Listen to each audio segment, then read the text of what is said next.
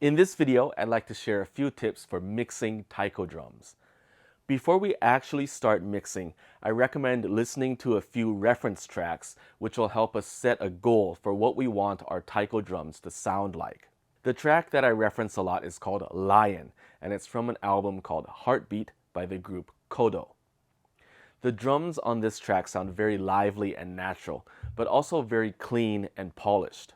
If you're a film composer, you might take a listen to the track Rosalind Escapes from the Battlestar Galactica soundtrack. And if you're coming from a pop rock, singer-songwriter context, the song Natalie by Bruno Mars might be worth a listen. Of course, there are many others, but these are just a few that come to mind. There are a few technical things that I do that are specific to instruments that are recorded using multiple mics. And they are gain staging, checking phase, and bussing. These steps won't change the sound of your music, but they will help save time and keep your project organized. I happen to be a Logic user, but these tasks apply to any DAW and are the same processes used to mix drum set. The first thing I usually do is normalize all of my tracks.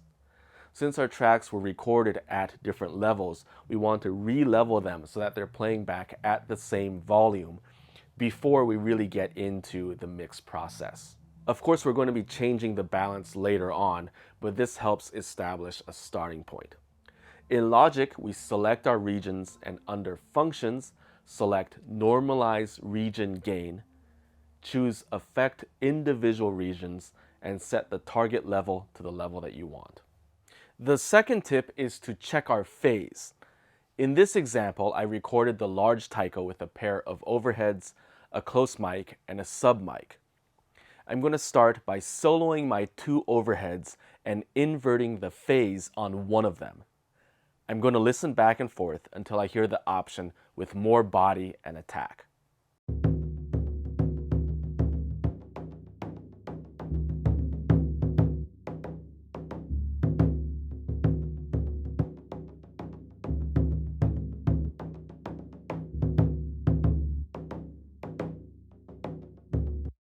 I'm going to add the close mic to the mix and invert the phase on the close mic. Again, I'm listening for the option with more body.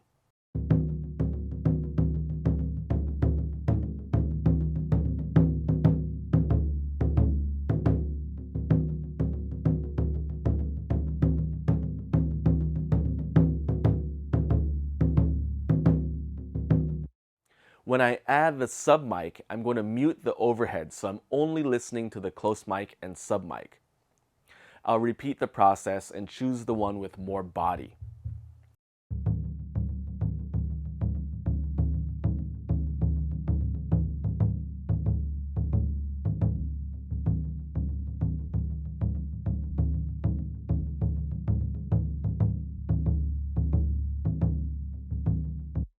If you're ever in a situation where it's hard to tell, you can look at your stereo out. When things are in phase, which is what we want, your stereo out will be louder. The third tip is to group the recordings of each drum to its own instrument bus. In this case, I recorded the large taiko with overheads, close mic, and sub mic. So I'm going to group all of these recordings into a large taiko instrument bus. To do this, I'm going to select the tracks that I want to group together, right-click, and choose Create Track Stack. When my tracks are properly bussed, moving the fader of each mic will change the ratio of overheads to close mics, for example, while moving the fader on the bus will change the amount of the entire instrument.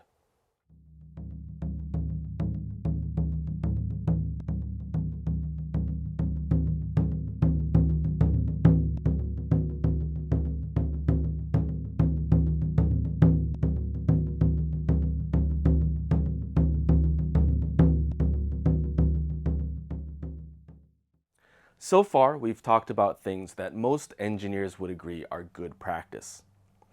If you were to follow these tips, I think you'd be in a great place to begin molding the sounds to suit your taste and your music. Beyond this point, I feel like we begin to enter the subjective zone, where processing like EQ, compression, or reverb really depend on your personal taste and the track that you're working on. If you're ever in a situation where you feel unsure about something, this is where having a reference track can really help. And if you want, please feel free to hit me up. I'm always happy to take a listen and be a fresh pair of ears. This video has been brought to you by Musiversal, the world's #1 membership for media composers. Gain access to world-class session musicians, vocalists, producers, and audio engineers at Musiversal. Thank you always and have a wonderful day.